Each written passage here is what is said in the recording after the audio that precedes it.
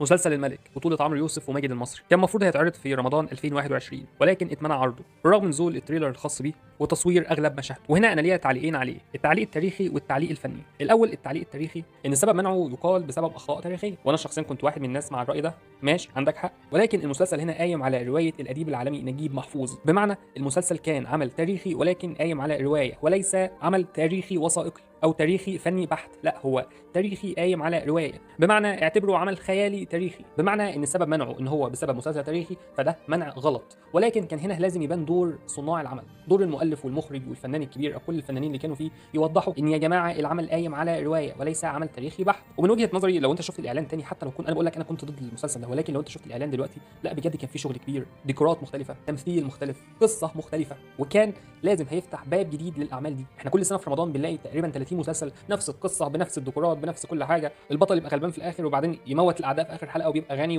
والهيص اللي بنشوفه ده كلنا. ولكن نجاح المسلسل ده اللي كان 100% هينجح كان لازم هيفتح باب كبير للاعمال التاريخيه، سواء الروائيه او اعمال تاريخيه بحت. طيب ده الجزء التاريخي. الجزء الفني، ان العمل زي ما قلنا قايم على روايه الاديب الكبير نجيب محفوظ. الروايه اسمها كفاح طيبه، وبالمناسبه مش هنبعد كتير عن الموضوع، الروايه دي هي الروايه الثالثه من ثلاثيات نجيب محفوظ التاريخيه، اللي هو اول 3 روايات عملهم نجيب محفوظ: عبث في الاقدار، رادو بيس، وكفاح طيبه. هما ال3 مش مرتبطين ببعض ولكن بيدوروا في اطار تاريخي. الروايه هنا هي بصراحه اللي فيها المشكله. احنا زي ما قلنا ان الاطار التاريخي لا يعيب المسلسل، ولكن الاطار الفني او الروائي هو اللي يعيب المسلسل. ان لو حد قرأ الروايه هيعرف ان من الحاجات اللي كانت بتميزنا احنا المصريين ان كان لوننا مش اللون الابيضاني قوي، او في الروايه بالتحديد ممكن نقول غامق سنه، او اللون القمحي بتاعنا، ولكن مش اللون الابيض الفاقع اللي بيتميز بيه الفنان عمرو يوسف. بالعكس، برضه لو حد قرأ الروايه هيعرف ان الهكسوس نجيب محفوظ كان مصورهم عباره عن ناس لونها ابيض وعندها دقن. حرفيا المواصفات دي بتنطبق على عمرو يوسف، اللي هو بالمناسبه اصلا الهكسوس هم الناس اللي مكانهم حاليا اللي في سوريا. يعني انت مثلا لو قلت لك عمرو يوسف سوري ولا مصري، الناس بتقول عليه سوري اكتر من كونه مصري. فكانت دي من وجهه نظري المشكله الوحيده اللي بتعيب مسلسل الملك،